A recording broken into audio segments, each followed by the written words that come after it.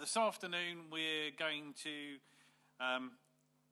hear a presentation by Paul Davidson, who knows something about Martyn's Law, and he's going to tell us all about that shortly. I think, you know, for all of us who are involved in the industry we're in, we're seeing some impact from Martyn's Law and people making requests, and a lot of people kind of confused as to what to do and what not to do. And obviously it's a very big requirement of which we form a small part, which means that the area in which we exist within that idea and that legislation is not incredibly well defined.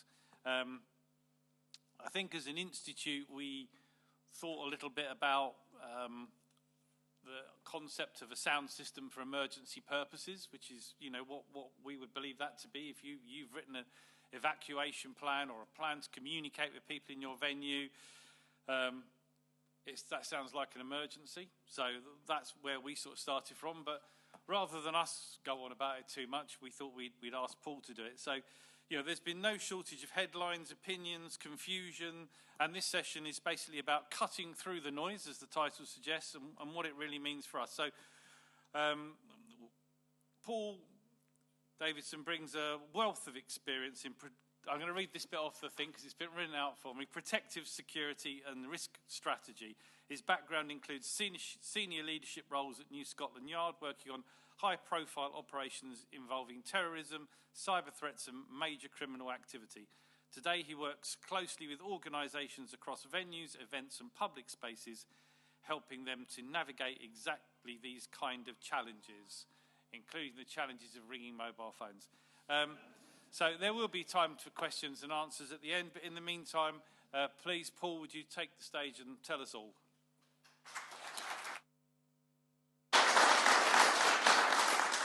Thanks very much, Neil. That's a great introduction. Much appreciated. And thanks very much also to Sarah and Ros for your advice on how to put this together. Without that advice, I think I'd be sitting here smashing buttons and hoping that something professional would appear behind me on the screens, but we're not there. And also thanks very much to my friend Steve Sear at Stand Apart, who first got in touch with me and said, would you like to come with me and attend ISCV? He said, meet some nice people, network and have a nice meal. He forgot to mention the 1 hour presentation, but there we go. Thanks very much, Steve. The venue is absolutely wonderful. My first visit to Combe Abbey, I have to say. So, yeah, really, really impressive. And I have to say also that to walk into my room as I dropped my case and saw 2 large volumes of not only the 1962 but also the 1963 Journal of Urology.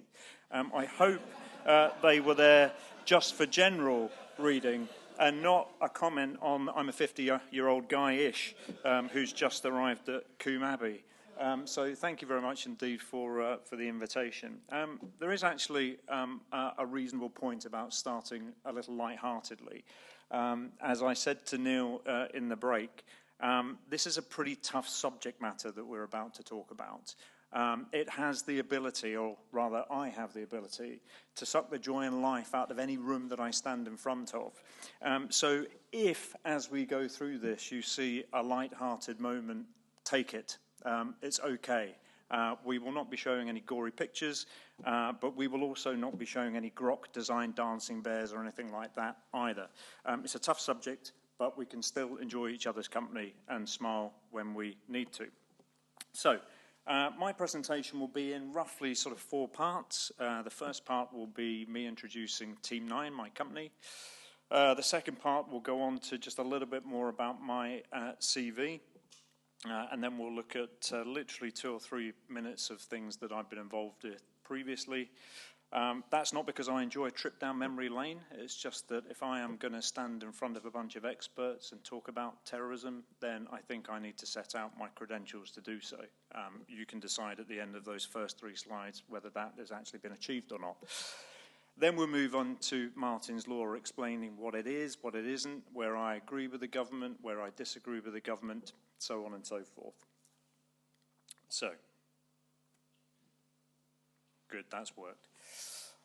So, Team 9, who are we? So we have been previously counter-terrorism advisors to the UK and international governments. So most of us within the business have been flown around the world to engage with others and explain to those countries how to set up their counter-terrorism responses. My friend and colleague, Tony Manzi, who isn't here, he's a much more interesting individual than me. He was responsible for the close protection of the late Queen and King and quite a few prime ministers. My goodness, if he writes a book, it's going to be a bestseller, but I fear that he's far too professional to do so. We have advanced degrees in risk crisis management. I currently still work for the Cranfield Defence Academy and lecture on counter-terrorism and oversee parts of the Terrorism Masters course.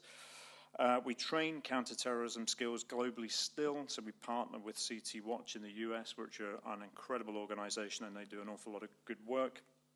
Really important bullet point, the third one before the end, we're vendor neutral. So when we engage with our clients, we are quite clear to them that we don't make any money off of things that we recommend that they purchase or install or invest in. They buy our expertise, they don't buy anything else. We feel that that's a very good way of engaging with clients and actually getting their respect and trust. We've been partners with Howden Insurance for just over a year, so about 18 months. It's a very good relationship for us, but we don't only work with Howdens, and I make that quite clear that we are across the insurance industry, not just Howden. And we provide a range of security solutions, not just Martyn's Law. So we're not just a Martyn's Law company. I'll take a quick aside for literally 10 seconds with the things that are going on overseas. If you send people overseas or you travel overseas yourselves, this is a really good time to have a look at your travel policies, your safety policies, and all the rest of it, because things have changed over the last few weeks. And this is me. On top of the introduction from Neil, I was a former counter-terrorism advisor to the Foreign and Commonwealth Office. I advised a number of prime ministers, senior ministers, and others, both before, during, and after a crisis. I sometimes quip that some of them even listened to me, but that's pretty unfair, actually, because most of the people that I worked with within the Foreign Office were absolutely excellent when it came to crisis and looking after British interests and British nationals overseas. The thing is, most of you won't see it, and it goes pretty much silently and unnoticed, other than if you're in the arenas. I was responsible for looking after British nationals overseas, predominantly those that had been kidnapped. So I was responsible for the UK response and international response to British nationals that had been kidnapped overseas. And I trained diplomatic staff before their deployment, so any diplomatic staff at the Foreign Office prior to deployment overseas had to go on a 2-day training course with us to make sure that they stayed safe, because, of course, prevention is better than cure. The next slide is going to go into a few things that I dealt with before we jump straight into Martyn's Law, and hopefully this will work. I'm very conscious I'm in front of a qualified and expert AV group, and I did the editing on this myself, so please forgive me, I'm in security.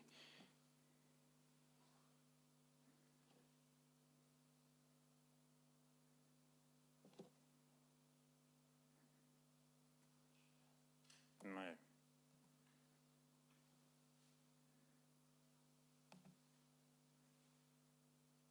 It says it's playing.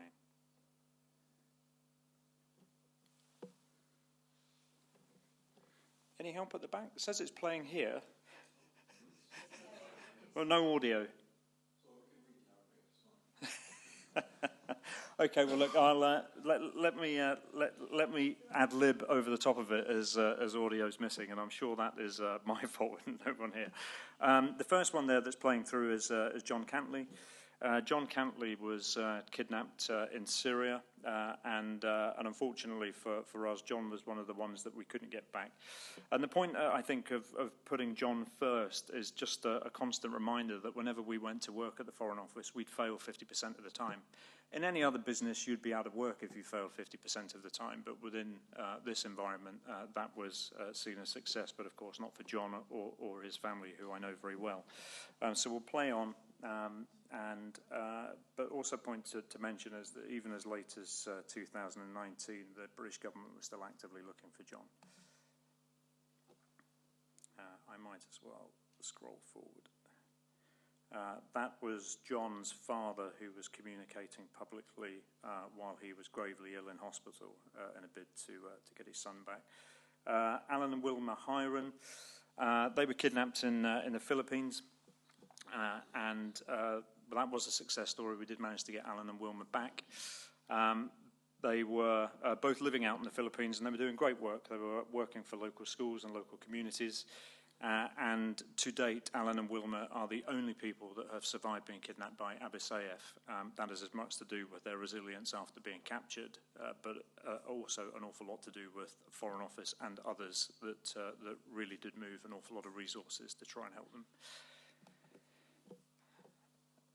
Let's scroll forward.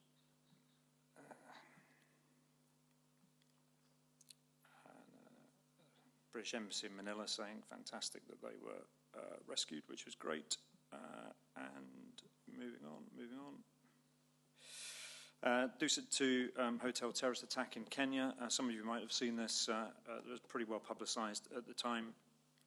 British soldier who happened to be out in Kenya and was driving around Nairobi, familiarising himself with the area. Saw terrorist attack a hotel and self-deployed. That man saved an awful lot of lives that day. It was absolutely incredible what he did. Craig's now working in the US, but his story was pretty remarkable, and he did a great job. At the time when Craig was running around that hotel, I was in Cobra advising others and also trying to unpick the run, hide, tell message that we give to British nationals when they're involved in a terrorist attack, of whether we actually tell people on the telephone who are ringing us, do I run or do I hide? And that's a really difficult message to get when you're not there and somebody is trying to help them. This brings us pretty much right up to date, so I'll see if I can just move forward just a little bit and get the image. Can everyone see that? It's quite small on my screen. Literally a couple of weeks ago, so just when you think that this particular world is left behind, I'm sat transiting from India through Abu Dhabi Airport, and I'm sure others in the room may have been caught up with this as well. My transit time is 55 minutes. My biggest concern at the time was whether I was actually going to get back to the UK and make that connection. And then we saw this that came on via the SMS system to everyone in the airport after we'd landed, with a very loud klaxon as well, so there was no doubt what had been received, and we received this. Actually, system worked pretty well, I have to say. That was fantastic communication. I'll just pose you with this thought before I move on. There were literally hundreds of people in the airport that got that message. What do you think they did? Didn't do anything. Because these messages actually don't actually tie into social proof and how people move in crisis. And that's why there needs to be two systems. They sit, they look, think that's interesting, look out the window, oh my, that looks like a drone. Nobody actually gets to safety and hides in the bunker unless a lot of people stand up and start moving to safety. So these messages are important, but they have to go with something else. Okay, so the reason for showing those, as I said, is to try and establish credibility. I'll leave it with you to determine whether I've managed to do that. Now let's get on to coming straight back to the UK and domestically to talk about Martyn's Law and the path of Martyn's Law. So we don't assume any knowledge, but of course there is some great knowledge in the room. I've spoken to one or two during the break, but we're not going to assume any knowledge for this. Why is Martyn's Law here? May the 22nd, 2017, the Manchester Arena attack at the Ariana Grande concert, which I'm sure many people will remember. 22 people died, over 1,000 injured, some incredibly seriously. And you'll see there, March 2018, the Kerslake report was commissioned by Andy Burnham, and it published in 2018, and it concluded that better coordination, communication and training was required. By most measures, that report was pretty decent. It's well regarded, it was balanced, it gave credit where credit was due to the emergency service response, but it also quite rightly criticised where it needed to. Criticisms can be distilled to ambulance service, injured people waiting a long time, fire service delays, didn't arrive at the scene for hours, poor communication. I have to say, in pretty much every crisis where there's been a report written thereafter, always points to poor communication. And separate communication systems operated by law enforcement and others, and the Joint Emergency Services interoperability principles were not triggered and used properly. They were confused and fragmented. For a lot of us in this industry, it was a really disappointing read, because we can do this stuff. We've got great experience in the UK. We should have been better. Interestingly, though, the Kerslake report didn't ask for Martyn's Law. And Martyn's Law is with us because of the diligent lobbying by Figen Murray, the mother of Martyn Het, who's pretty much pushed this onto the statute books on her own. So very impressive woman. The Act is now with us, so we're in a grace period, but the Act is now with us. It is law, and it became law on April the 3rd, 2025. We now have a 2-year grace period. Some people have interpreted the 2-year grace period as not much to do just now. That's probably not great advice, considering how much work is involved in getting Martyn's Law ready.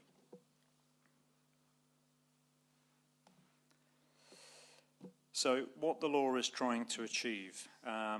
Initial government communications around this were those two things. The law was trying to achieve reducing the incidence of terror attacks in the UK, and the second part was, in the event that an attack does still occur, would reduce the impact. To be fair to the government, they have been a little softer on the first part of that achievement. My personal view is it's not an achievable goal. The law will not reduce the amount of attacks in the UK, in my opinion, because terrorism in the UK is far more complicated than that and has far more to do with what we're up to geopolitically, internationally, than that. When you think of far-right, incel, Russia, Ukraine, Iran, etc., and frankly, angry men in the UK, then that leads up to quite a complex picture. So I don't think that's an achievable goal, and I haven't seen any data that underpins it. However, I absolutely do agree with the government that in the event an attack does occur, if Martyn's Law is instigated properly, then more people will survive, fewer people will be seriously injured. So the law introduces some concepts, and these are the concepts here, the summary. It only applies to premises or events that are open to the public. Therefore, private dwellings, private office spaces, etc., are generally out of scope for the purpose of this legislation. So it only applies to premises or events that are open to the public. So therefore, cafes, restaurants, cinemas, outdoor music festivals, sports events, and hotels, hospitality, retail are likely captured by the legislation. And premises or events only captured if it's deemed to be in one of two tiers, so they're called the standard tier and the enhanced tier. We'll come on to those in a moment. And tiers are generally, and I stress generally because there are some exceptions later on in the presentation, but tiers are generally determined by capacity, so therefore the amount of people, including staff, that can reasonably be expected to be present. This part of the legislation, in my mind, is pretty straightforward, and we're saying actively to our clients, if you don't do much, at least work out what tier you're in. It will give you a pretty good understanding of what you're going to need to do in the future. Okay, enhanced and standard tiers, what are they? So we mentioned that you're generally in one or two tiers if you have a public-facing organisation. So enhanced tier are premises that must reasonably expect 800 or more members of the public, including staff, to be present. So if you're a publicly facing premises and there are 800 or more members of the public in that premises, including staff, you're probably in the enhanced tier. Lots of people forget the staff. You have to count the staff. An event, so what's the difference between event and premises? You know, rock concert outside in a field, that sort of thing that isn't based out of a premises. An event must reasonably expect 800 or more people to be present together at the same time. That phrase, together at the same time, I think was a really useful thing for the Lords to introduce. It stops local community fates that are running over 2 or 3 days topping up because they have 300 people arriving each day and then get pushed into the enhanced tier on day 3. So it's actually quite a useful part of the legislation. Together at the same time, or you're not an event. The final thing there is standard. Premises reasonably expect 200 people, including staff, to be present. So between 200 and 800, you're in the standard tier. And that's pretty much it. People can work out what tier they're in by going through that process pretty straightforwardly, pretty simply. Enhanced tier responsibilities. We'll spend a little bit of time on this because this is the period where we go from what the law actually says you need to do, and this is a little bit more around the specific requirements for each premises, particularly in the enhanced tier. So we're not touching on the standard tier here, but the enhanced tier. And I'll just take out, a quick bit of caution. This is prior to the government's advice, which should be coming out at the end of May, throwing some more light on this. But starting at the top, enhanced tier premises, there must be a responsible person. That person must be designated and their name must be provided to the regulator. I'm going to pause there for a minute. I said I work closely with Howden Insurance Company. That's a big deal. They're considering what that means in relation to directors' responsibilities, D&O insurance cover, and so on and so forth. A person's name that must be provided to the regulator that says this person is responsible for the implementation of Martyn's Law at this premises. A big deal. Recently, I did a similar presentation to this to a health and safety group, again, expert group of health and safety professionals. And I asked them right at the beginning of the presentation how many were expected to be the responsible person for Martyn's Law. Quite a lot of hands went up. And after my presentation, and I go back to I can suck the joy in life out of any room, I asked them who was responsible then and who would like to do the job, and there wasn't a hand that went up. That shows you that there is a lot of learning and a lot of responsibility in that role. Risk assessment. There needs to be an evaluation of the most likely terrorist threats and vulnerabilities at that specific premises. That's a pretty tough job to do if you don't know much about terrorism. Blast impacts, hostile vehicle mitigations, bollards, CCTV, AI, etc. But that's the requirement. There must be a risk assessment that looks at those things. There then must be practical measures to reduce risk. That means implementing strategies, or to put it another way, invest to minimize terrorism risks. And there must also be practical measures to reduce harm. So again, implementing strategies to mitigate harm during terrorist incidents.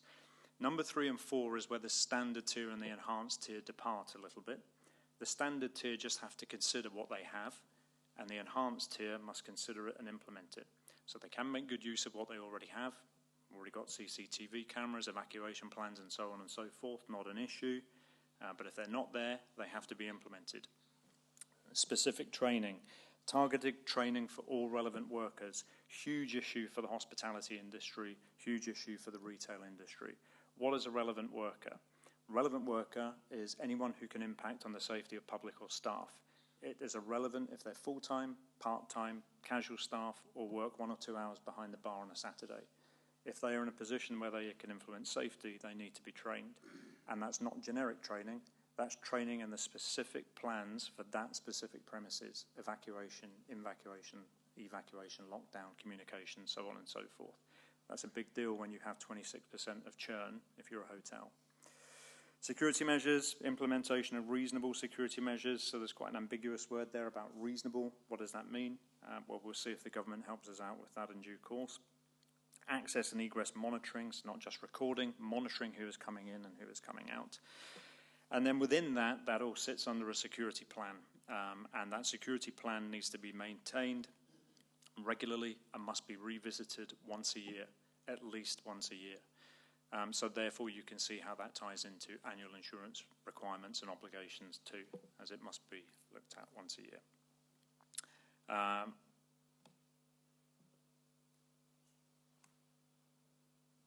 There we go, tier exceptions.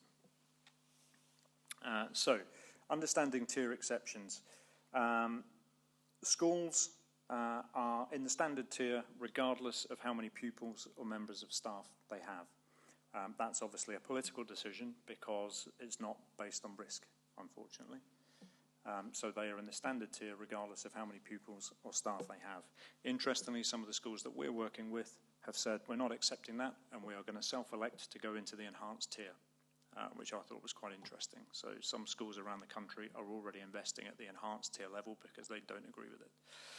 Places of worship, again, regardless of how many parishioners or worshippers that are at that particular place of worship, it is in the standard tier. Well, the most recent terrorist attack in the UK was at a place of worship. So that shows you it's not a risk-based decision, it's a political-based decision. One-off public visitor surges are catered for. So what does that mean?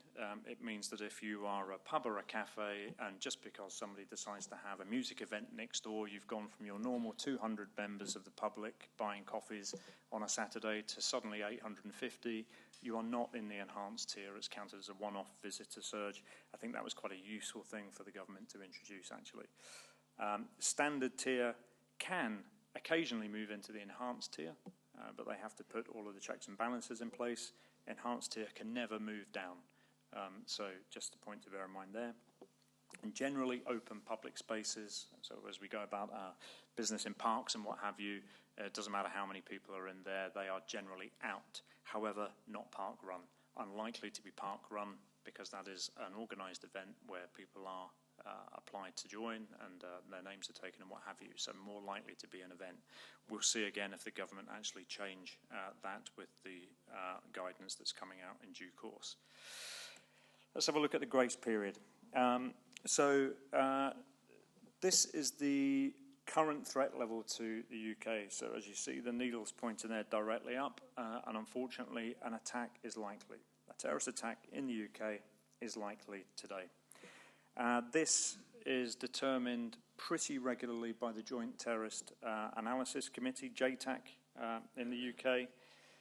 But the challenge is that needle has not been to the left since 2018. And I don't think it's going to the left anytime soon. In fact, there's a pretty good argument that we're actually working on a 3-point scale now, not a 5-point scale. The needle is far more likely to move to the right. If and when it moves to the right, the government will undoubtedly then take quite proactive action. Now, I'm not aware of what activity that they will take in relation to Martyn's Law. I just mentioned this. A regulator is being formed. The SAA will be formed by next year. That provides an extra addition to the government armoury if they're trying to target terrorism. Because if the government decides that the needle has moved to the right, they could quite easily ask the SIA to go out and check people's compliance with Martyn's Law in a way to make sure that those two things that I mentioned earlier on are met. Less terror attacks in the UK, more people will survive them. So I just leave you with that. That's a personal view, not one from the government. Therefore, it is certainly our advice that enhanced tier especially use the grace period as well as you can. Will communication become Martyn's Law critical infrastructure? It's a great opportunity for me to be here and introduce both myself and Team 9 to this expert group. I'm a fan of communication. I'm indebted to Neil for our conversation that we had on the phone some weeks ago. Communication is important. This industry plays a vital part in that. However, a communication plan is required by the law. It's also part of the reasonable security measures.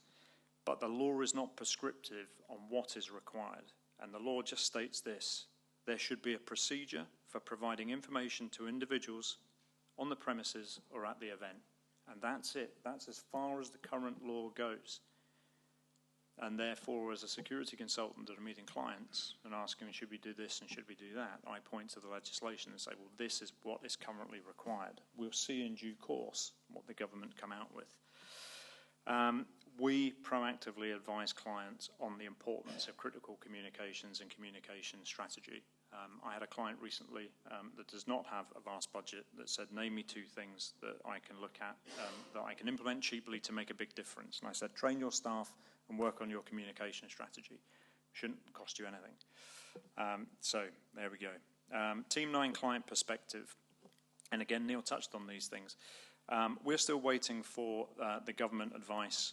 Should be with us, as I said, in the next sort of few weeks. Budgets are being set now or have already been set well into 2027 and beyond by clients that we're working with. They need to know what it is that they need to buy and invest in now. There's an awful lot of confusion, both clients out there, understandably. Some say, well, we've already invested heavily in security, so surely we will be fine. Well, you still need to review it and audit it, because your current security systems may not work for terrorism. Terrorism is different. Some quite rightly say we don't have the budget for this. I presented to 900 hotels a few months ago in London, and one of the questions I got at the end is, this industry is really struggling. How are we supposed to afford this? And I don't know is the answer to that. All I can do is try and help keep the budget down. Just take the problem away. That was somebody that rang us and had already read a little bit of the legislation, and they just wanted it removed because they did not want to be the responsible person, completely responsible for all of that stuff going on. They wanted a consultant to help them out.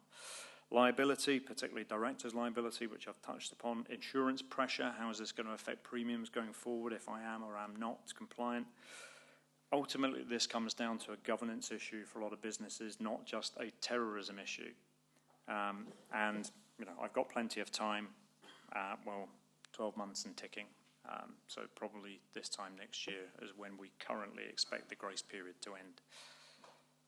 There isn't a big hierarchy of consultants out there. So what you do find, particularly with the first bullet point there, is there are a lot of people out there now actively trying to sell blast film for windows, hostile vehicle mitigation, search barrier screening, CCTV, and so on. Some of it may well be required, but not all of it.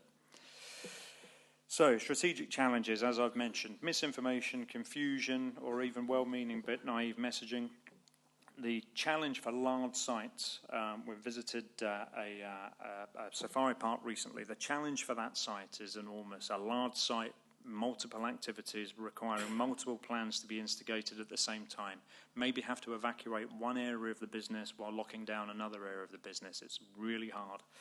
Vicinities, the first time that we're aware of that vicinity has become an issue for the business. You're not now just responsible for your premises, you're responsible for the vicinity outside your premises. That's got a lot of insurance industry and brokers scratching their head about what that means for liability, particularly how you design your plans to take account of your vicinity. Strategic terrorism expertise in the UK is thin. There are not a lot of people out there that can conduct audits, that know the difference between the REBA security overlays, that know what level 1, 2 operational requirements are under the NPSA, and so on and so forth. The security industry has as many ISOs and BSAI standards as you do, but there are not that many people out there in the business that know them or can implement them. Decision-making communication during attack, I think I've mentioned. Justification, what was considered and why wasn't it done. What I mean by that is that your investment decisions are really important. So clients' investment decisions are important, not just what has been implemented, but what hasn't and why. So our advice to clients, just now, work out your tier. Does it fit the type of business that you are? I mentioned schools earlier. Don't wait until the last minute to do your risk assessment. Spread your investment, use what you have first. Have a look at what you've already got implemented and see if you can use that in relation to your Martyn's Law requirements. Beware the upselling consultant. You may need to invest in things, but make sure they're the right things and they do actually reduce your risk. Plans may not work in a crisis, and we've seen some people with some excellent security plans that they've drafted, but they're incapable of working. So taking somebody else's plans or asking ChatGPT to write them is not a great idea, because they may not work perfectly in a crisis, because terrorism attacks are really difficult to be involved in, but they at least need to be capable of working in the crisis. Crisis management, well, your Martyn's Law plans are essentially just crisis management plans for a specific event, and test annually. So we said tabletop for an hour with your senior leadership team. Your board is an hour well spent. You'll get a lot of learning out of that, and it doesn't cost very much money at all. Map your stakeholders prior to the crisis. So where are we now? AV systems matter, crisis communication solutions. Clients are still left wrestling with what is communication and is it a reasonable measure? We'll see. As I said, I'm a fan of it. The current law, as I've mentioned, it doesn't specifically link to communication standards. Many of you will know these standards a lot better than I do, and I know that Neil certainly has significant expertise in this area. But the law does not specifically link to those standards at this time. Neither does it link to the Green Guide, which some of you may be aware relates to sports stadiums, and neither does it link to the Purple Guide, which has strong links, health and safety, with regards to events. And neither does it link to health and safety legislation yet. So I'm struggling somewhat to work out exactly what the hierarchy of all of this is. Hopefully the government will give us some guidance in due course, but this is a challenge, particularly to those areas, those premises, those events that have been currently working under those guides. So, as I said, we're still waiting for government and SIA guidance. So, a collaboration model. The government and SIA are not going to micromanage the how. They're going to focus on the what. They don't tend to get into saying what needs to be done. They other way around, actually. They say what needs to be done, not how. Industry collaborations develop good products, which is why I'm really pleased to be here today, because I think that clients need a clear compliance journey. And if AV communication is going to be an improvement and it's not required now, then it should be part of the plans for the future. So Team 9 are very much here to collaborate, and I hope to meet as many of you as possible later on. That's about as quick as I can sprint through Martyn's Law and all the rest of the requirements. I hope there's plenty of time left for questions. Neil, I'm looking to Neil and Sarah. Are we good for good timing for questions, or? There's plenty of time left for questions. Good, because I went quickly, so I just want to check. Okay, so yeah, questions, please.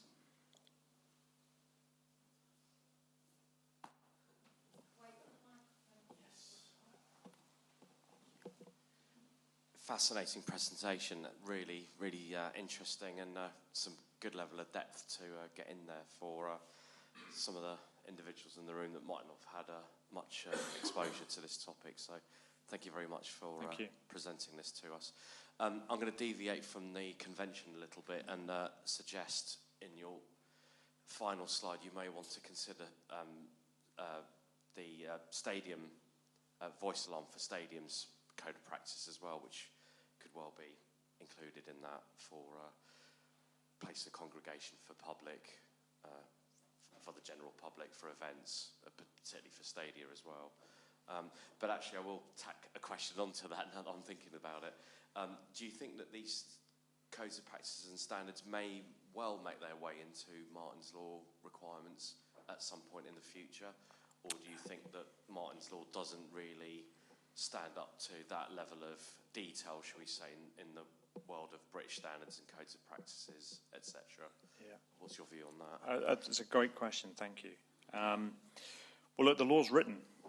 You can find it on Gov.uk if you go and have a look tonight, if you've got nothing better to do. It's a pretty dry read, like most legislation. It isn't in there. So all we can hope is that as we go through on this journey for the implementation post-law, that we start to see guidance coming out from the regulator saying, with regard to the communication plan, it should be in relation to, it should be joined to, it should have something to say about Purple Guide, BSI standards, ISO standards, and so on and so forth. I'm not sure if it will, because that requires investment, it requires resource, and it requires somebody to do it. And I wonder if those resources are going to be stood up. I don't know. We'll have to see what the SIA does and what sort of regulator it will be. I don't want to go through all of the government regulators, but we see good practice out there, but we've also seen some that are pretty passive in relation to some of the things that they do.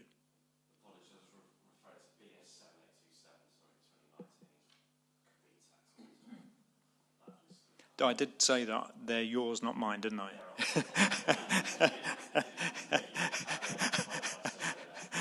They're only in there because Neil gave me a nudge. So, yeah. But no, thank you very much. I appreciate that. No, thanks for the response. That's very Mark. Hi, great presentation. Thank you. Thank you. You said at the beginning about how everyone received the message and pretty much no one did anything. What would you suggest in order to make people do something, and is it, in your experience, different from a terrorism situation to a fire, for example?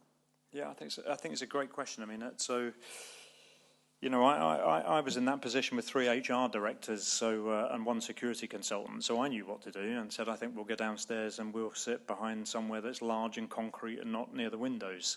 But nobody else moved out of the lounge. And that's the reality of human behaviour.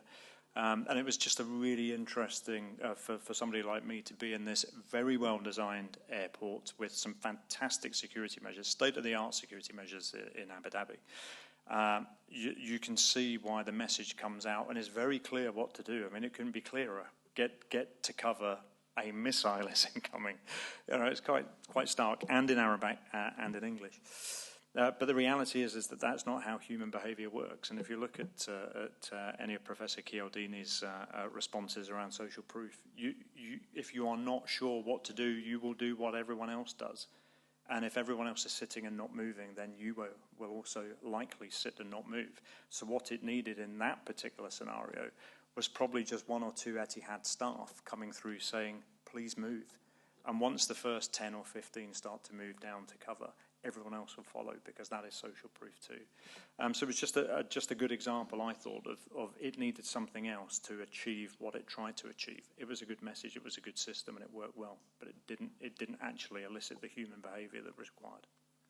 I guess one key difference there, though, is that I have to say, when you say it's logical, but I wouldn't think, I've got to avoid a missile, where do I go? It's not, the logical thing. What you said makes perfect sense, but maybe that's the part of the terrorism legislation that needs to be added. Yeah, I mean, possibly. I mean, honestly, I think if they said, that even if the message said, go downstairs now to the lounge and sit in this area, I don't think anyone would have budged, because people were scared and not sure what to do, getting up and looking out of windows, which is the exact opposite behaviour of what you would want somebody to do. People pointing at fast jets flying over the airport, because that's just darn interesting and a bit exciting. And you've got to say to the HR team that I was with, we're moving. We've been given actually some pretty solid advice here, and now we're going to follow it. So yeah, I mean, it needed something more, but it was a great example of something that I thought was technically very, very good, but needed something more to change human behaviour.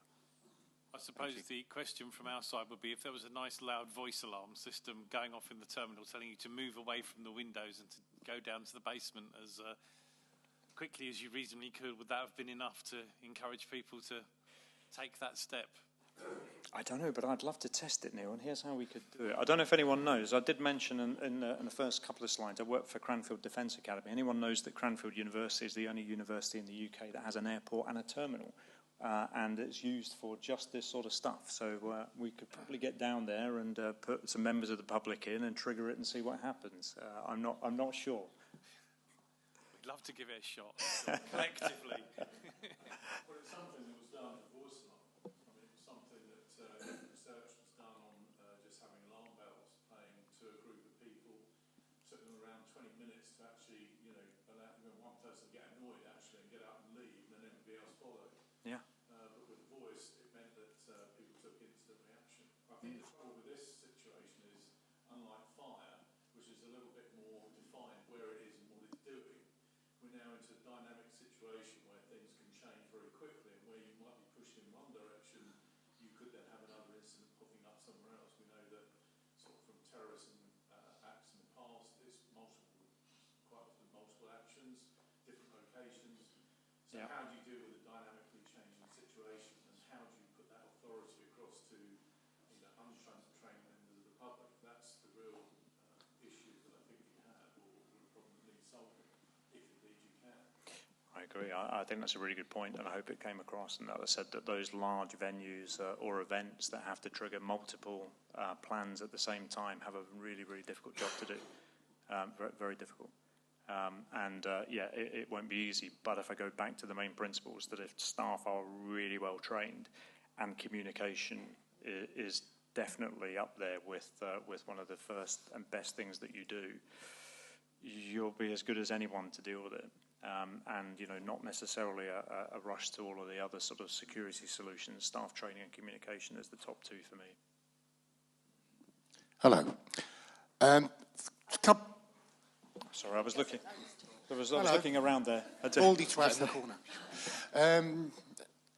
a lot of the first lot of those slides was very reminiscent of 9999, which I deal with a lot. Risk assessments, responsible person. Now, do you not think that in the real world this will all become part of that person's remit? That this will be another part of that remit that will be given to them? So what help do you think we could give them to sort of perform that duty? Because it's all going to go, you're the responsible person for fire, this is your remit, there's your desk, off you go. What can we do? Will that take the form of a code of conduct? Will it be an add-on, do you think? You know, probably Neil's probably better to answer this one. What do we all think is going to be the easiest way to get this into the... Yeah, I mean, again, I think it's another great question. You know,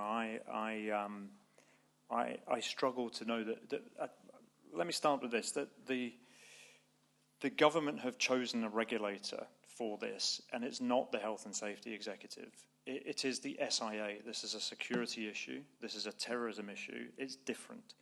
And therefore, organisations that start to indicate to people this is another one of your responsibilities, I think, as you've said, you know, you take on all this and this sort of fits and it feels a bit the same. It isn't the same. And actually, those individuals that are going to be allocated the role of responsible person and have their personal names given to the regulator, I think do need support. If they have a background and understand terrorism and understand security, then fine, they're going to have no problems at all in looking after their organisations. But if they don't, perhaps you need to buy them some support. We have seen large organisations in London just now, I mean very sizable organisations advertising to take on that role. They can't. The legislation doesn't allow you to take on the role. It says it must be somebody who is at a senior level in the organisation. But they can be supported. They can have plans drafted for them. They can be coached. They can engage with expertise, whether it's us or somebody else, and they can be asked to sign things off. So I think support's essential.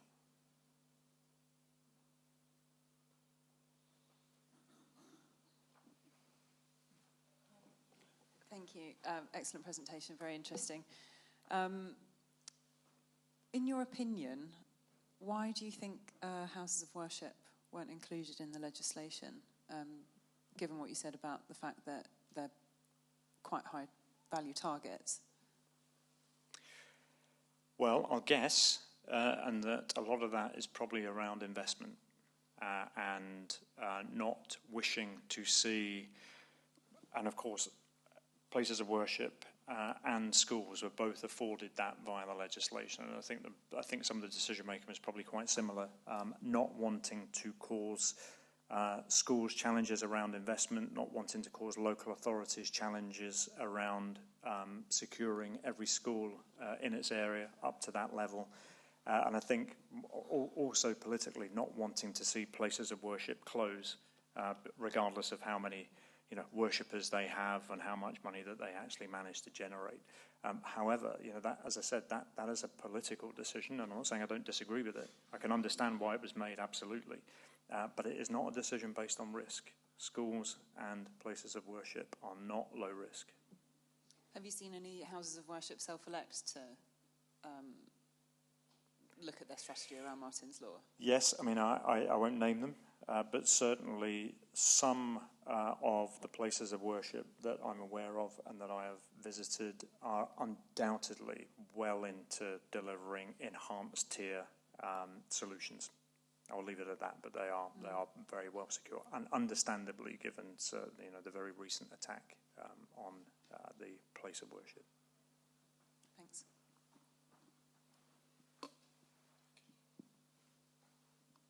Hi, thank you very much.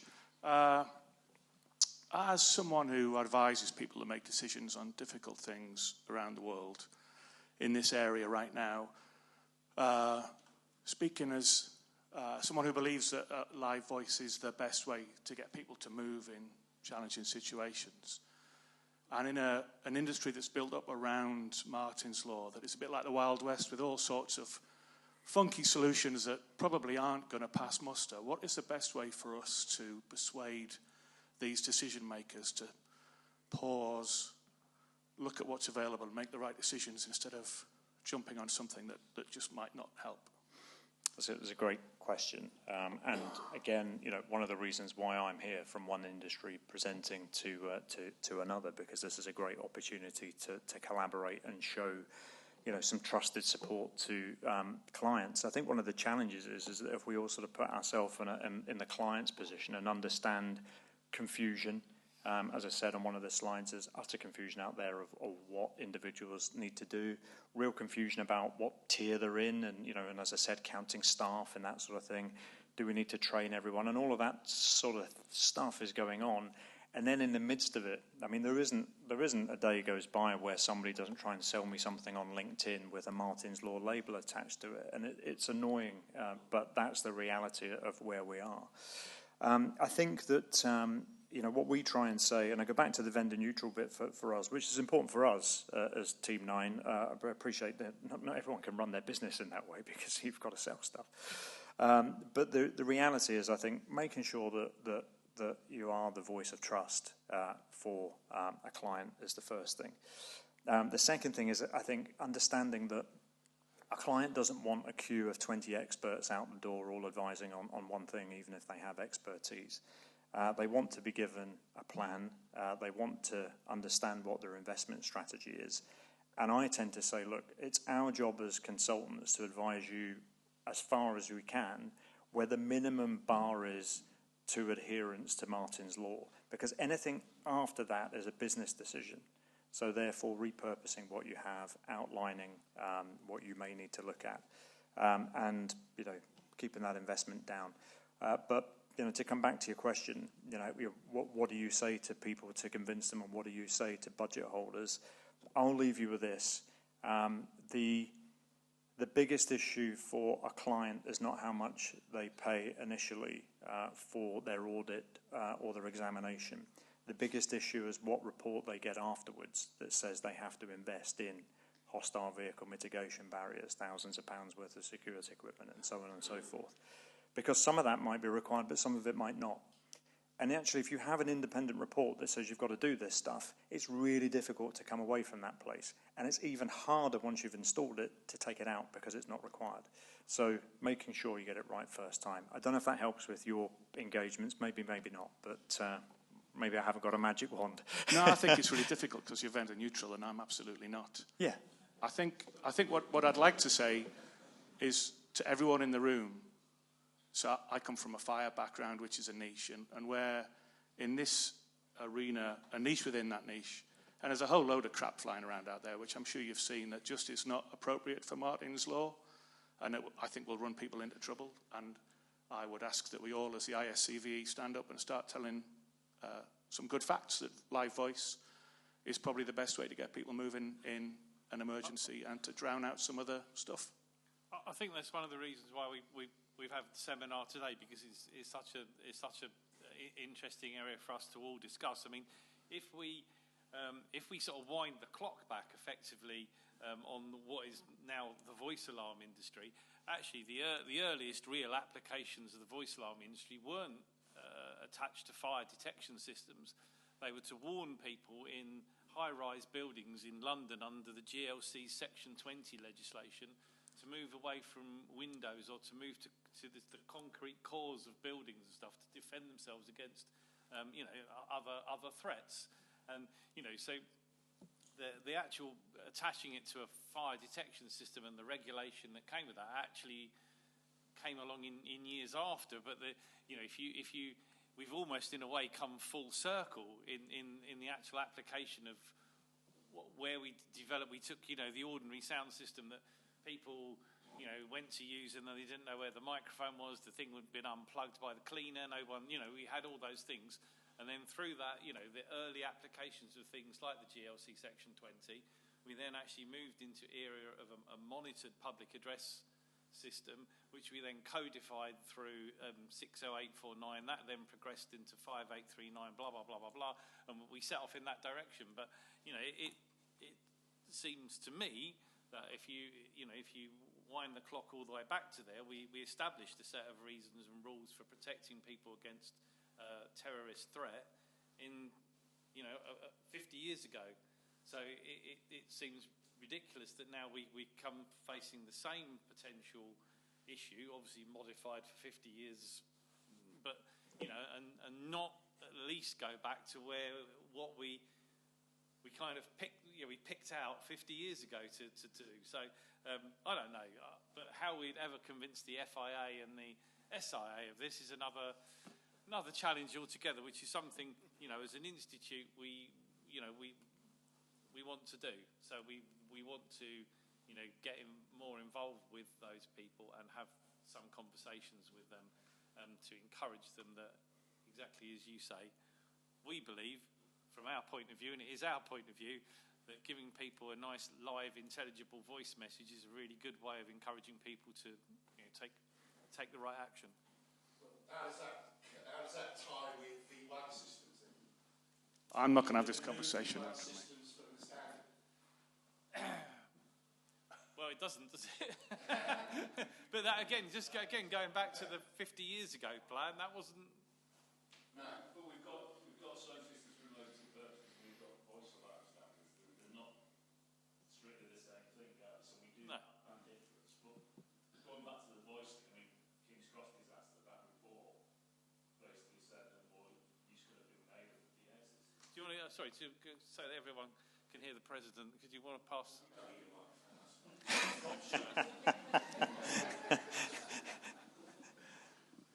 Where do you want me to start from then? So basically, the King's Cross disaster, the report that came out of that said that more use should have been made of the PA system. So that's telling you something, isn't it? And that's I guess where the voice alarm standards came from. So particularly with live speech, if we use that, and I guess if we've got a dynamic situation unfolding, then you've got to have people on the ground that understand what that is, or at least somebody that can actually feed into that system. Now, whether you could do that remotely, and again, you've got all the cyber security measures you've got to fit into that, and I guess it's another challenge, isn't it? But yeah, well, with live speech, etc. Yeah.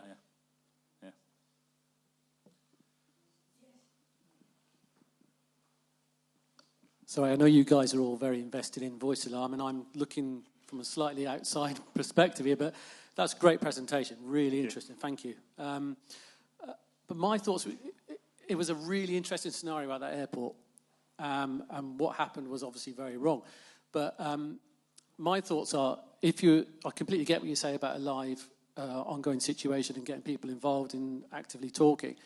But my thoughts were, if you did have Etihad staff coming into that, telling people to move for 20 minutes, you're putting those guys in danger of being in the wrong place. They also need to be away. So I think this is a massive opportunity for you guys, from a voice alarm perspective, to get this right. And actually, whilst this is all hot topic, to try and do things that really make a difference. Even if it's like, I know that people work on continuity, so maybe there should be not a generic message that everyone uses different messages, maybe a message that comes over voice alarm for specific purposes that everybody knows. Maybe like everyone get around the table and think what message needs to go out there, rather than just having messages that people don't really listen to. Big voice alarm, big message, get out of there, and that can be played. But I just think having people on the ground telling people what to do, you can only speak to this, you can't, you're trying to talk to everyone at the same time. You're putting those people's lives in danger as well, I presume. Well, yes, I will counter. I mean, that's a really good point. And perhaps I should have actually spent a little bit longer on that particular end of the slide that showed what happened a couple of weeks ago. My point is those staff were there. But did they move as well? They didn't move as well. No, they were looking at their phones too, and that's. I mean, my comment on that is not anything about whether the staff should have done something differently or otherwise. They could have done something differently. They were there. My point is about human behaviour, and it's something I know a bit about, particularly where I used to work. And actually, convincing people to do things requires more action than just sending an SMS message. I can absolutely guarantee, and in fact I think it would be good if we got to Cranfield and have a go at it, that if you have people sat in an area where they are confused, unsure, they will do what everyone else does. It's called social proof, and there's been lots of academic studies about it, and it works. The reality is, if you want them to change behaviour, then you have to change the social proof. So the SMS message on its own was very good. It was loud. It went to everyone's handset. It gave clear directions in both Arabic and English, but nobody moved. But subconsciously, that message was to that person. Maybe something externally coming at you has a different effect. I don't know, mentally. The only way to change behaviour would have been for 5 or 10 people to get up, grab their bags and move. And everyone else would have got up and moved. And that's what it needed. It needed that movement of people. I think you need people to get out of the comfort zone. Nobody ever believes it's going to happen to them.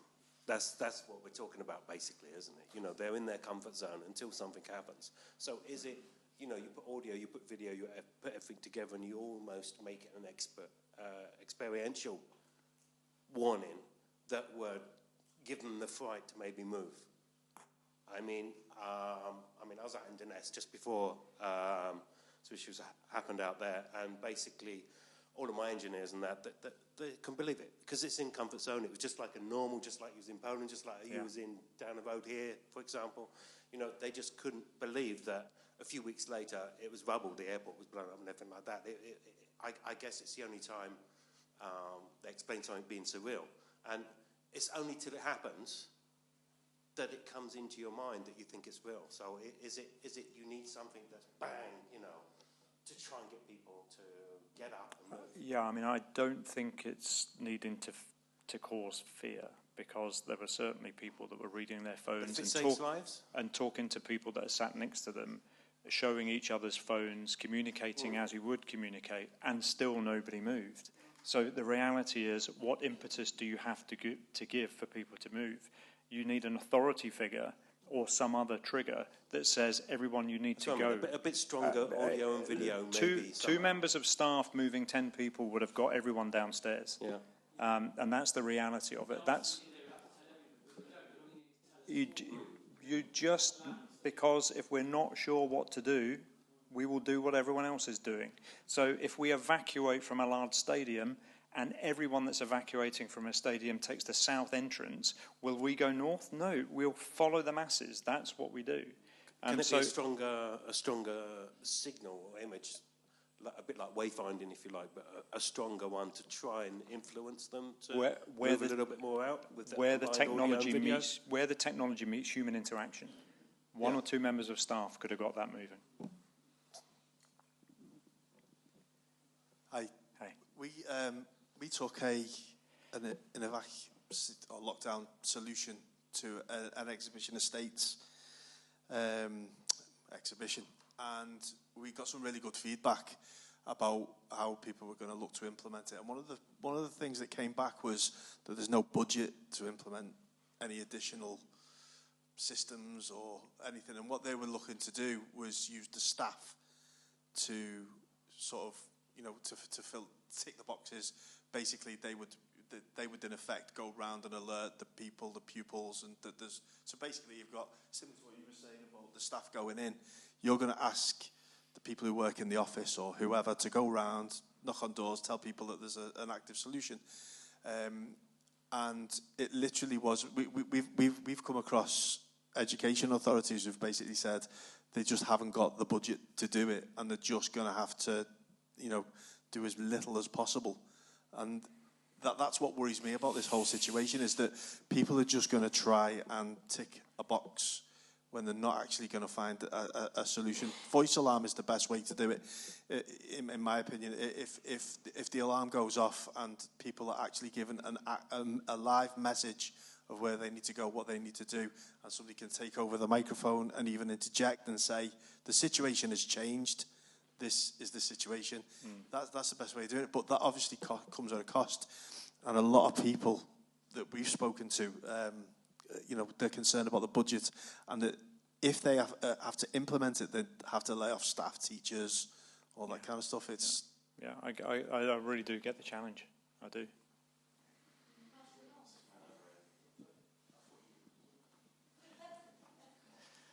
Thank you.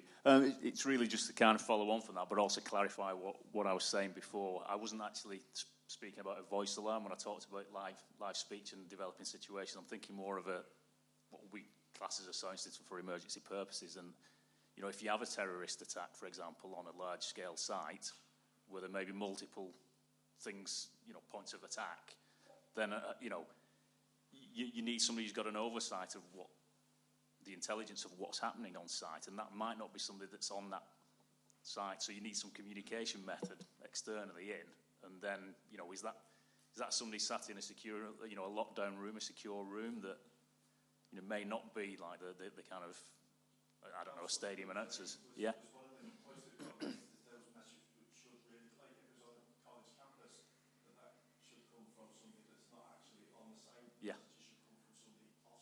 So is that you know, is that an RF solution, or is it you know, an IP solution, or, you know, and then if that's an external entity, and this is what I was saying, you've got all the security aspects of that transmission line as well, you know, of making sure that's secure and not hackable by whoever's conducting the terrorist attack.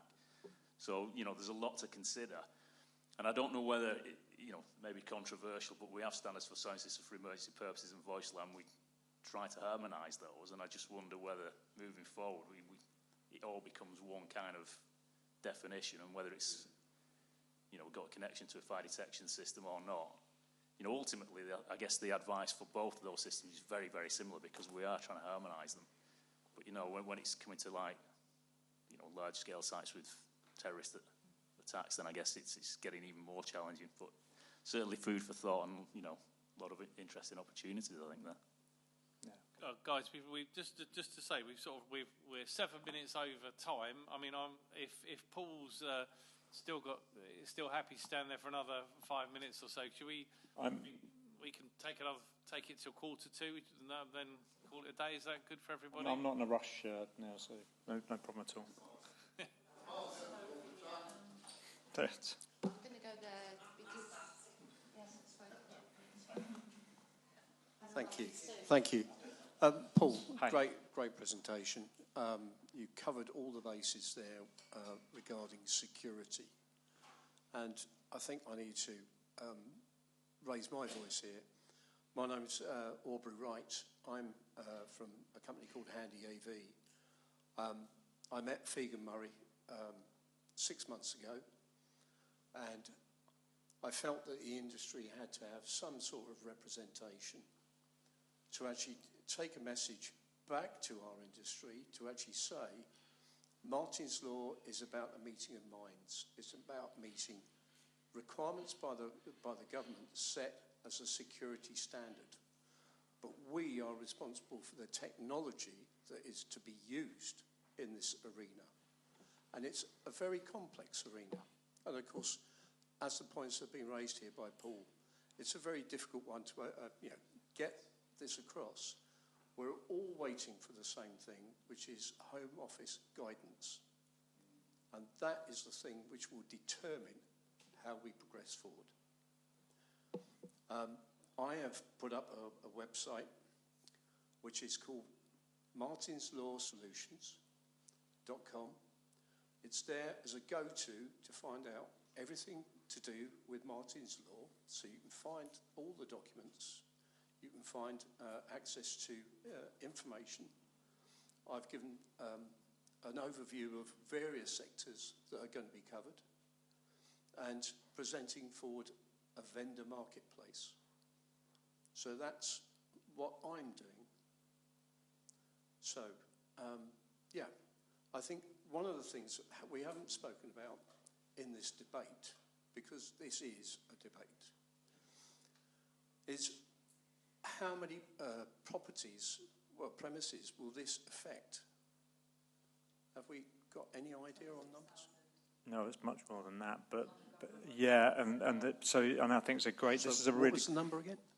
Well, on the government website it says 26,000, but I think Paul's got some latest info. Yeah, so the government website, I think, is wholly run. That figure's been there for a long time. So some insurance assessments, which I think I'll put a lot more store by because they've got a lot more analysts looking at the data, is that the government have previously counted businesses rather than premises and this is a premises or event-based legislation.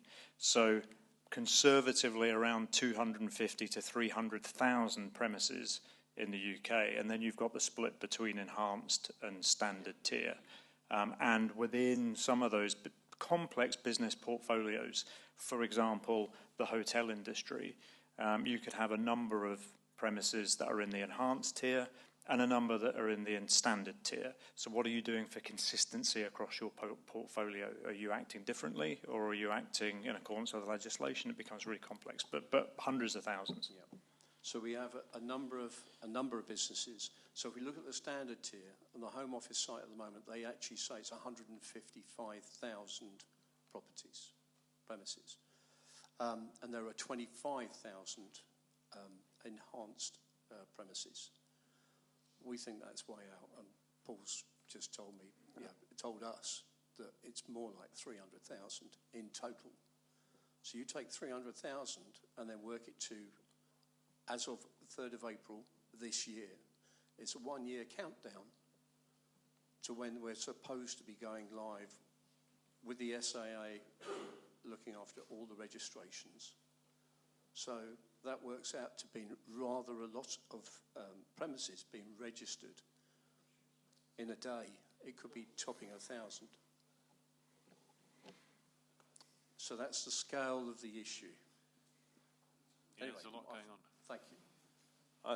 I just wanted to say, if it's, say, within the year, you say it's due to be regulated, yes? So that means that, and they haven't really, by the sounds of things, put together that regulatory committee or whatever.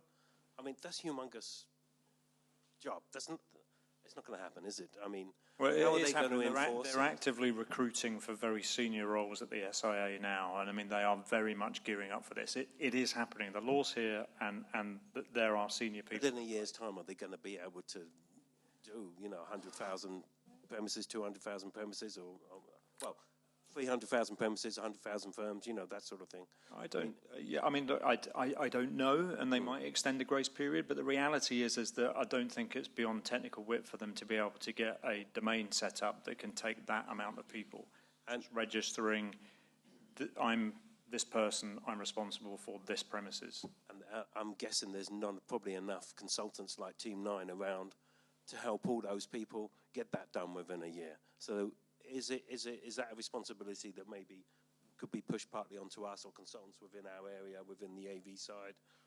Because, we deal with stadiums, we deal with houses of worship, we deal with office buildings, we deal with live events, hotels, on and on and on. And at the moment, you're talking about the building in the IoT of things and innovation buildings and so forth. But I'll answer that. You mentioned Martyn's Law in all of that. I'll answer the How question. Are we managing the signage and the audio? The answer to that is, I think, yes, and we're certainly looking again via Howden and via some of their professionals that, as you said, are out there in people's businesses day in and day out having conversations. We're really keen that those individuals don't step over their expertise. But there's absolutely no challenge at all saying, this is your tier, and these are your responsibilities, and you may need some expertise. Contact Howden, your insurer, contact Aviva, whoever it is. No, and yeah.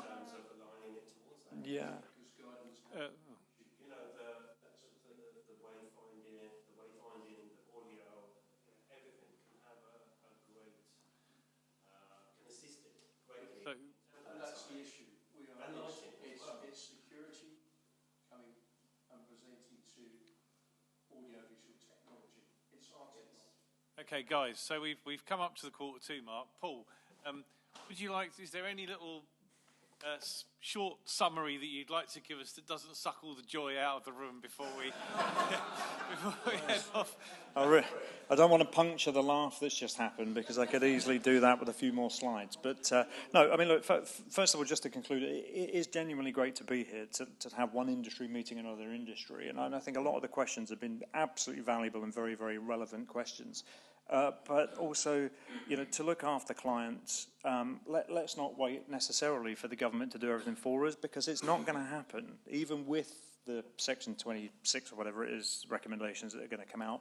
That will probably pose more questions than answers by the end of it. What is good is to have collaborations, whether vendor neutral or not, across trusted individuals that will help clients make the right decisions. Not just invest in this and invest in that, but actually across the piece, this is your risk area, this is where we can help, and now you are less risky, and here's your trading, and so on and so forth. So I think cross-sector, that can be done really easily.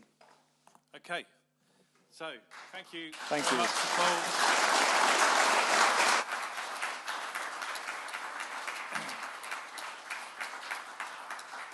Yeah, so one of the more animated questions and answer sessions I've seen in this particular room, which I'm sure can now be extended into the tea room or bar as the evening wears on. Thank you very much, everybody, for coming. Thank you, Paul.